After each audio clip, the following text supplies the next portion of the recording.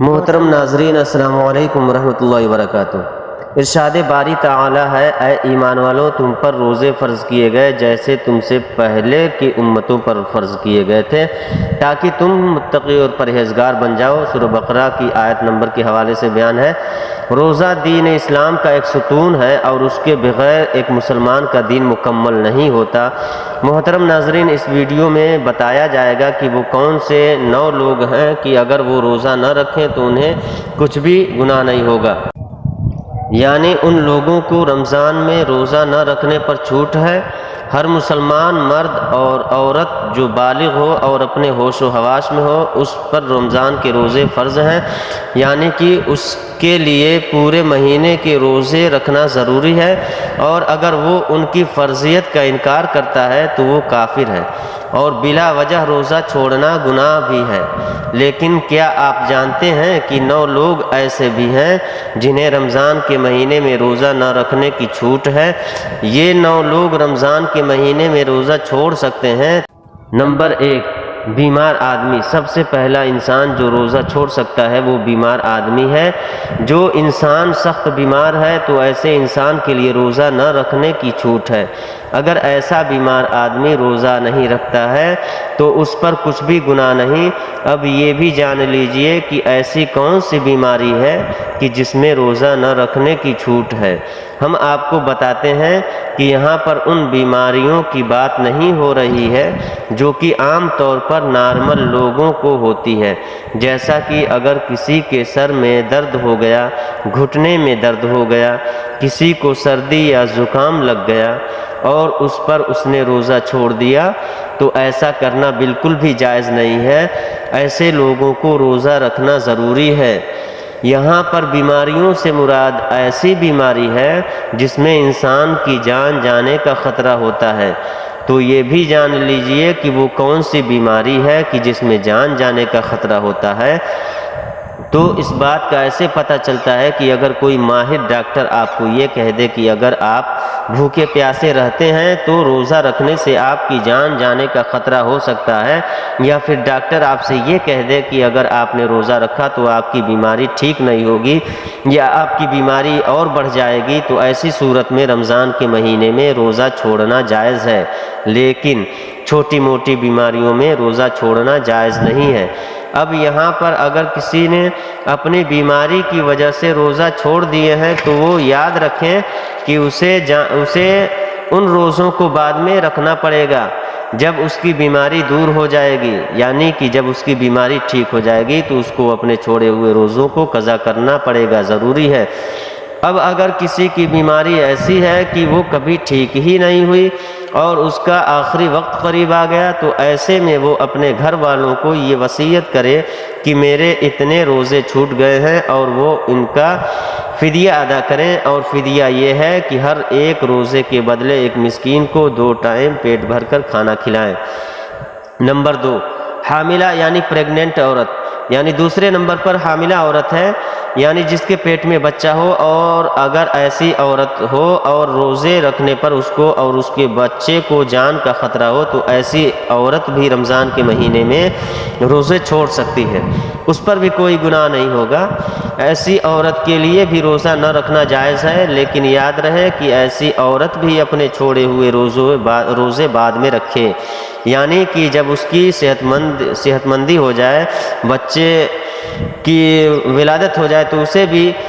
پاکی حاصل کرنے کے بعد اپنے چھوڑے ہوئے روزوں کو قضا کرنا ہوگا۔ اور اگر کوئی حاملہ عورت ہے اور اس کا ماہر ڈاکٹر اسے یہ کہہ دے کہ روزہ رکھنے سے اس کی یا اس کے بچے کی جان جانے کا کوئی خطرہ نہیں ہے، تو ایسی عورت کے لیے روزہ رکھنا ضروری ہوگا۔ نمبر 3، زیادہ بڑھاپا ہونا، یعنی تیسرا شخص وہ ہے جو اپنی عمر کے آخری پڑاؤ میں پہنچ گیا ہے، یعنی کوئی شخص بہت زیادہ بوڑھا ہو گیا ہو تو اگر کوئی ایسا شخص ہے جو اپنے بڑھاپے کی وجہ سے اپنی جگہ سے اٹھ بھی نہیں سکتا ہے، بیٹھ بھی نہیں سکتا ہے، اور وہ اپنے بڑھاپے کی وجہ سے اتنا کمزور ہو گیا ہے کہ اس میں روزہ رکھنے کی بالکل بھی طاقت نہیں ہے، تو ایسا شخص بھی اگر رمضان کے مہینے میں روزہ نہیں رکھے گا تو اس پر بھی کوئی گناہ نہیں ہوگا۔ تو ایسے بوڑھے شخص کے لیے بھی روزہ چھوڑنا جائز ہے، لیکن یاد رہے کہ ایسے شخص کے لیے بھی فدیہ ادا کرنا ضروری ہے۔ اور پھر اگر ایسے شخص میں بعد میں اتنی طاقت آ جائے اور وہ اپنے آپ کو تندرست محسوس کرے تو اس کو چاہیے کہ اپنے چھوڑے ہوئے روزے بعد میں رکھ لے اور ان کی قضا کرے۔ لیکن اگر کوئی شخص اپنے بڑھاپے کی وجہ سے اتنا کمزور ہو گیا ہے کہ اسے اپنے ٹھیک اور صحت مند ہونے کی کوئی امید ہی نہیں ہے تو اس کے لیے روزے معاف ہیں، لیکن اسے بھی ہر اپنے روزے کے بدلے میں فدیہ دینا پڑے گا، اور فدیہ یہی ہے کہ اپنے ہر روزے کے بدلے ایک مسکین کو پیٹ بھر کر 2 وقت کا کھانا کھلانا ہوگا۔ نمبر 4، دودھ پلانے والی عورت۔ یہاں یہ بات بھی واضح کر دیں کہ پہلے زمانوں میں ایسی عورتیں ہوا کرتی تھیں جو لوگوں کی بچوں کو دودھ پلانے کا کام کیا کرتی تھیں۔ وہ لوگوں کے بچوں کو اپنے ساتھ لے جایا کرتی تھی اور وہ 2 یا 2.5 سال کے لیے اس بچے کو دودھ پلایا کرتی تھیں اور انہیں دایا کہا جاتا تھا۔ ایسی عورتوں کے لیے بھی رمضان میں روزے نہ رکھنے پر چھوٹ ہے جو بچے کو دودھ پلاتی ہیں، لیکن چونکہ اب ایسا زمانہ نہیں رہا لہٰذا ایسی مائیں جو اپنے بچوں کو دودھ پلاتی ہیں اور اگر ان کا ڈاکٹر انہیں یہ کہہ دے کہ ان کے روزے رکھنے کی وجہ سے ان کے بچے کو خطرہ ہے تو ایسی ماؤں کو بھی روزہ چھوڑنے پر کوئی گناہ نہیں ہے، لیکن یاد رہے کہ ایسی عورت کو بھی بعد میں اپنے ان روزوں کی قضا کرنی ہوگی۔ نمبر 5، پاگل یا دیوانہ شخص، یعنی 5واں شخص وہ ہے جس کا ذہنی توازن خراب ہو چکا ہو اور وہ پاگل یا دیوانہ ہو چکا ہو اور جو اپنے آپ سے باہر ہو چکا ہو اور جو بہکی بہکی باتیں کرتا ہو اور جو اچانک بے ہوش ہو جاتا ہو، تو ایسے لوگوں کو بھی روزہ چھوڑنا جائز ہے، یعنی کہ اگر ایسا شخص بھی روزہ نہ رکھے تو اس پر بھی کوئی گناہ نہیں ہوگا، لیکن ایسے شخص کو بھی چاہیے کہ بعد میں جب وہ ٹھیک ہو جائے تو اپنے چھوڑے ہوئے روزوں کی قضا کرے۔ نمبر 6، حالت حیض و نفاس والی، یعنی ایسی عورتیں جن کے ماہانہ پیریڈز چل رہے ہوں وہ حائض والی عورتیں ہیں، اور ایسی عورتیں جنہوں نے بچے کو جنم دیا ہو اور ابھی تک ان کا خون نکلنا بند نہ ہوا ہو تو ایسی عورتوں کو نفاس والی عورتیں کہا جاتا ہے۔ یہاں پر ایسی عورتوں کا بھی روزہ رکھنا جائز نہیں ہے۔ یہاں یہ بھی یاد رکھیں کہ پہلے بیان کیے گئے 5 قسم کے لوگ اگر روزہ رکھ لیتے ہیں تو ان کا روزہ قبول ہو جائے گا، لیکن حیض اور نفاس والی خواتین اپنی اس حالت میں روزہ نہیں رکھ سکتی، اور اگر وہ یہ رکھیں گی تو ان کا روزہ قبول نہیں ہوگا اور ان پر سخت گناہ ہوگا۔ ایسی عورت جب بعد میں پاک و صاف ہو جائے تو اس کے لیے ضروری ہے کہ اپنے چھوڑے ہوئے روزوں کی گنتی پوری کرے، یعنی اس کی قضا کرے۔ نمبر 7، سفر پر ہونا، یعنی مسافر ہونا۔ تو ایسا انسان جو حالت سفر میں ہے تو اس کے لیے بھی روزہ رکھنے کی چھوٹ ہے، اور روزہ نہ رکھنے پر اس کے لیے کچھ گناہ نہیں ہوگا، لیکن یہ بات بھی جان لیجئے کہ اس سلسلے میں سفر کیسا ہوگا۔ تو ہم آپ کو بتا دیں کہ جو سفر 82 کلومیٹر سے زیادہ ہو اور وہ کم سے کم 15 دن کی سفر کی نیت کر کے گھر سے نکلا ہو تو ایسے مسافر شخص کے لیے روزہ نہ رکھنے پر چھوٹ ہے، لیکن جب اس کا سفر ختم ہو جائے تو پھر اس کے لیے روزہ رکھنا ضروری ہو جاتا ہے۔ یہاں پر یہ بات بھی قابل ذکر ہے کہ اگر کوئی شخص سفر کی حالت میں ہے اور وہ یہ کہے کہ وہ روزہ ضرور رکھے گا کیونکہ اس کا سفر آرام دہ ہے تو ایسا مسافر سفر کی حالت میں بھی روزہ رکھ سکتا ہے اور اس کا روزہ ہو جائے گا۔ پس اگر سفر آسان ہے تو روزہ رکھ سکتا ہے، لیکن اگر وہ روزہ نہ بھی رکھے تو اس پر کچھ گناہ نہیں۔ نمبر 8، ایسا شخص جس کی جان جانے کا خطرہ ہو، یعنی اگر کوئی شخص تلوار لے کر کسی کے پاس آ جائے